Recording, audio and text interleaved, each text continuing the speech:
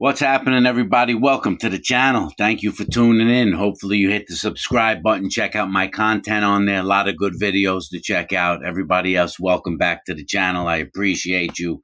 We're going to talk about a drug today. This is a drug that I had a love affair with, and it is angel dust, and something that's extremely, extremely dangerous. I've done many drugs in my life. I mean, the list is extensive. I was a drug addict from the age of 13 years old until about the age of 28.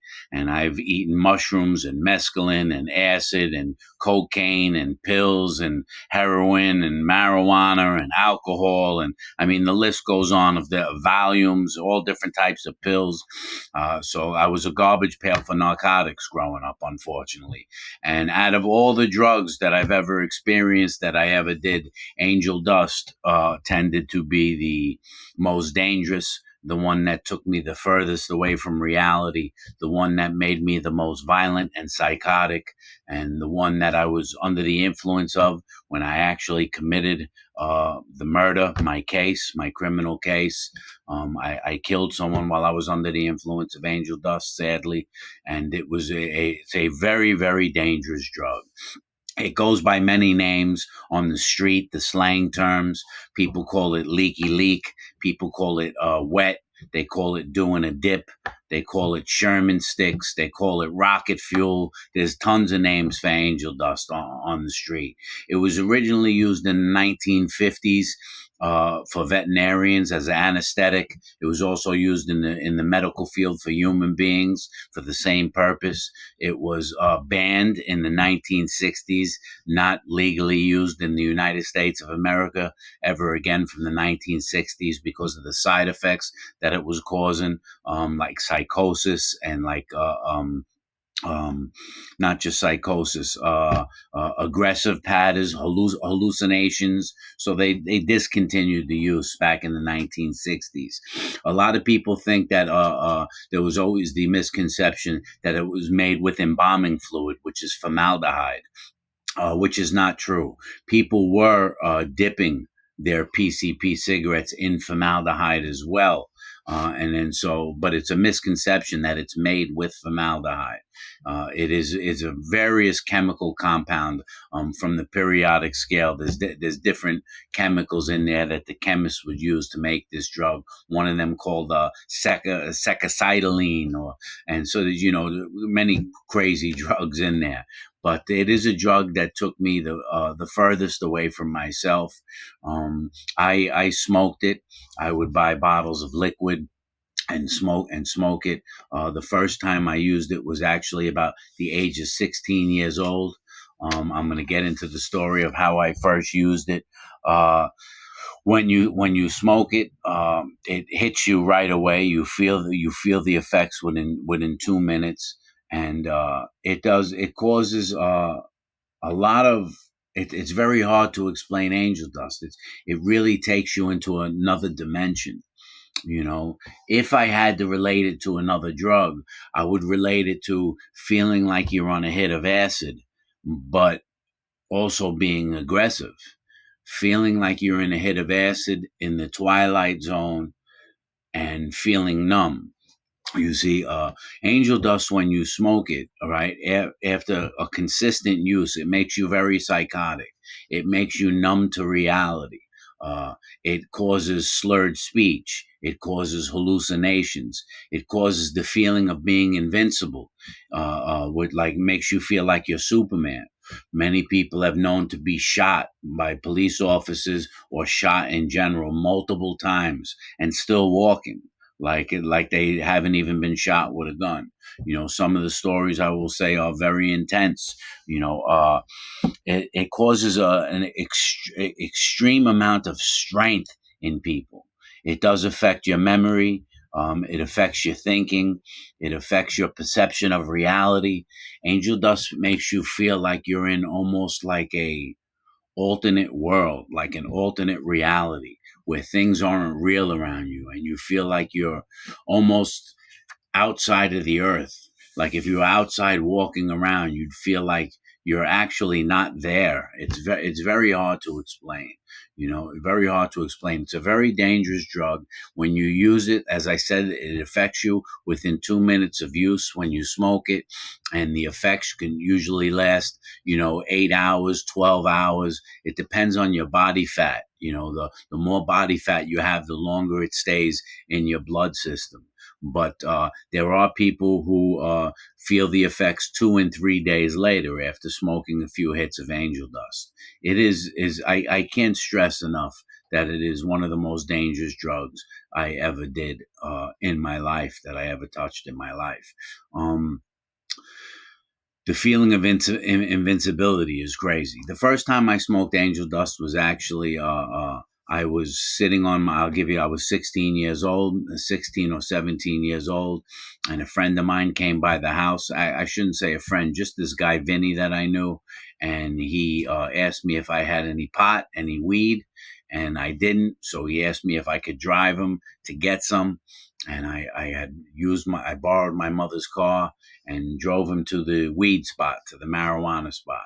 And Vinny got out of the car to get the marijuana, and he took me to a real crazy neighborhood called the Edgemere Projects in Far Rockaway, 53rd Street, to a deli over there, which was a very, very dangerous neighborhood.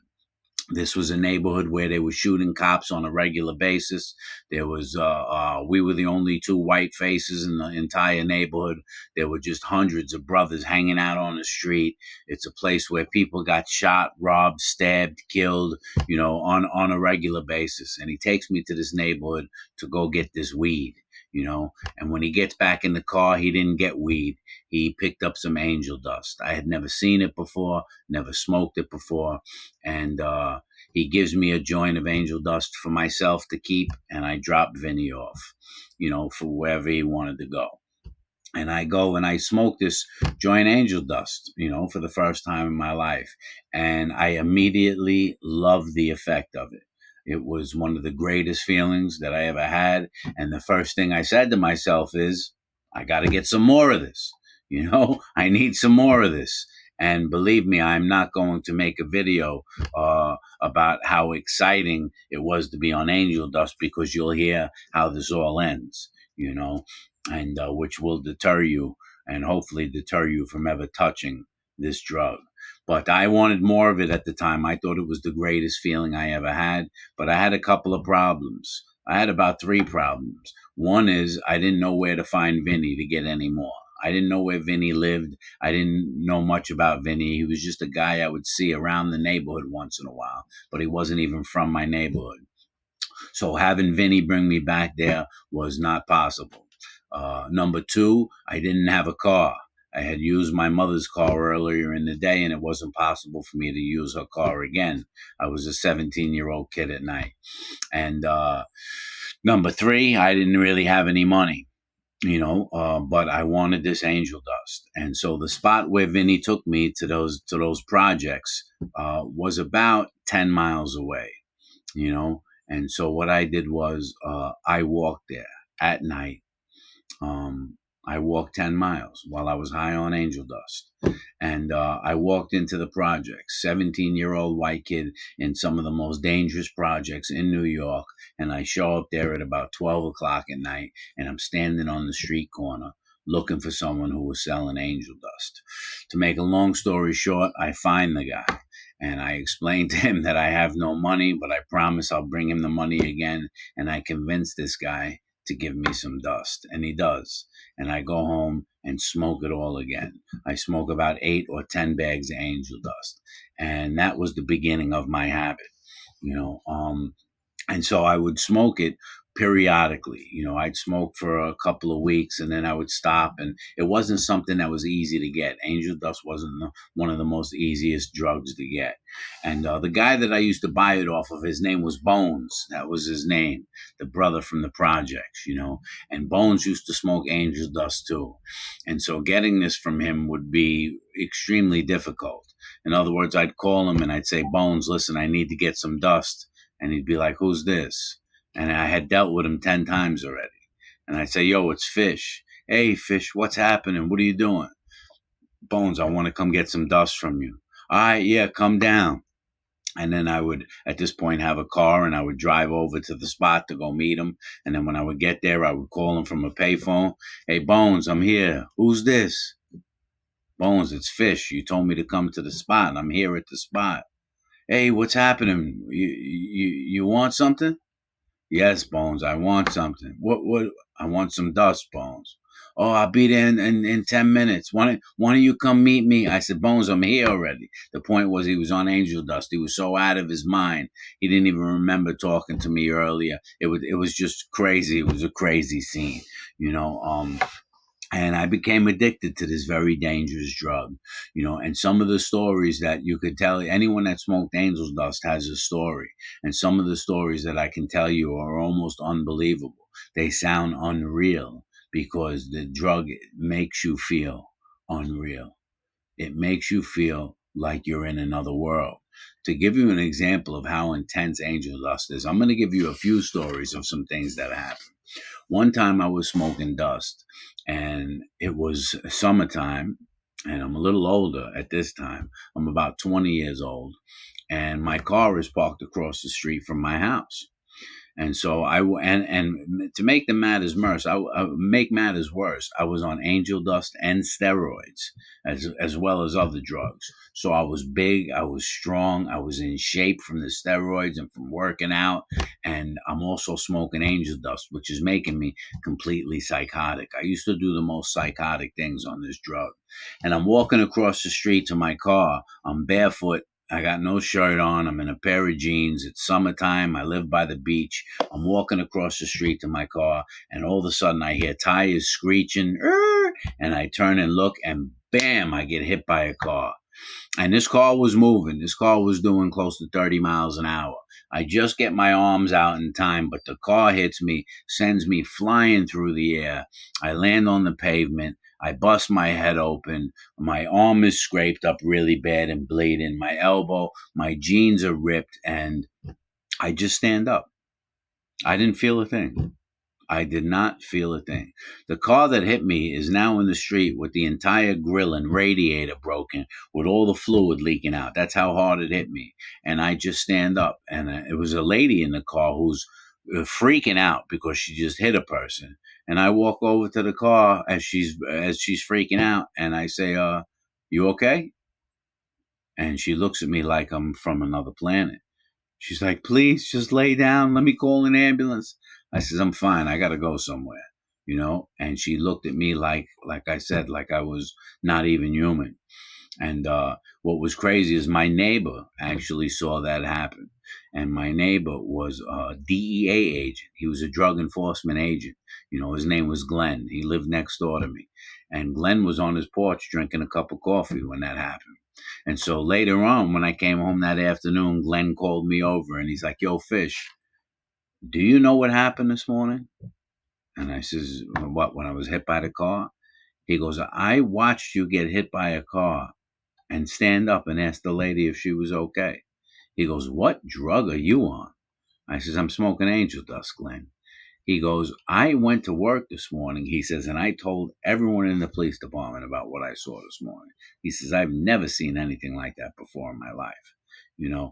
Completely numb. My point is that you're completely numb to pain. I got into a fight with the police in my mother's living room while I was on angel dust. I got into a fight with 5 police officers at the same time. I was putting them through walls. I was lucky I didn't get killed on this day.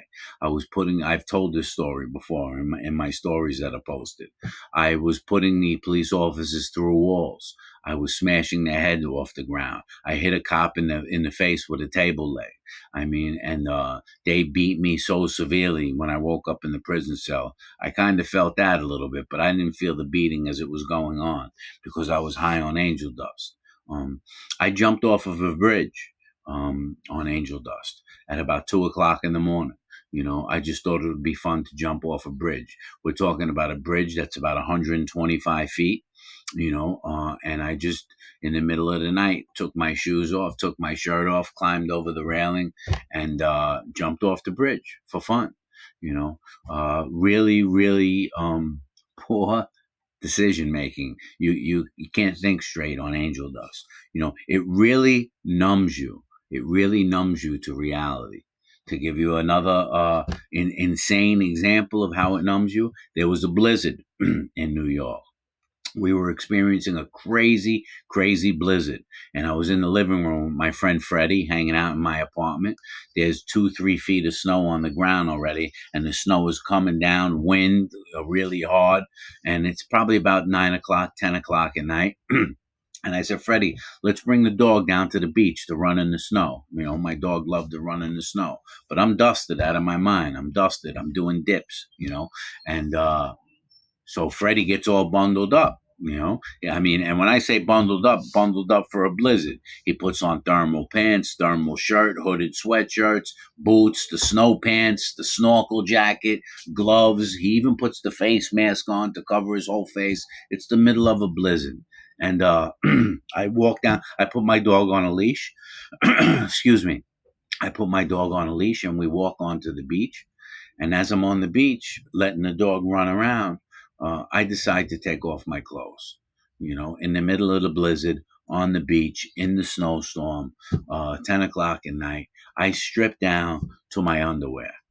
And I'm standing there in my underwear, and my body is profusely dripping sweat, just dripping sweat. I am so hot. I'm burning up so bad that all the snow is melting around my feet. And Freddie looks at me and he goes, "This is unbelievable." He goes, "I've never seen anything like that in my life." And I was like, I feel great. I feel awesome. It makes you feel so strong. It makes you feel like you can beat 50 men in a fight. And there's a chance that you can, because you don't feel any pain at all. You don't feel any pain at all. I've been hit in the head with a police officer's nightstick while I was on angel dust. Anyone knows that a nightstick, you get hit with a nightstick, usually it takes you down. They're pretty tough. I had an officer whack me in the head with it. I remember turning around and screaming at him, saying, "You can't hit me no harder than that." And he looked petrified. He must have realized I was under the influence or something. But the stories of angel dust, I'm not here to glamorize it. I'm trying to tell you of how far it takes you away from reality. That's the point I'm trying to make. That I've been hit by cars, jumped off of bridges, fought with police, walked in blizzards, dripping sweat. There's, 10,000 angel dust stories. 2 days before my crime, 2 days before I sadly killed a man, I was smoking angel dust every day, all day long. And I was 2 days before on the boardwalk, screaming in the rain on the boardwalk at 2 o'clock in the morning, "I'm going to Israel. I'm going to Israel."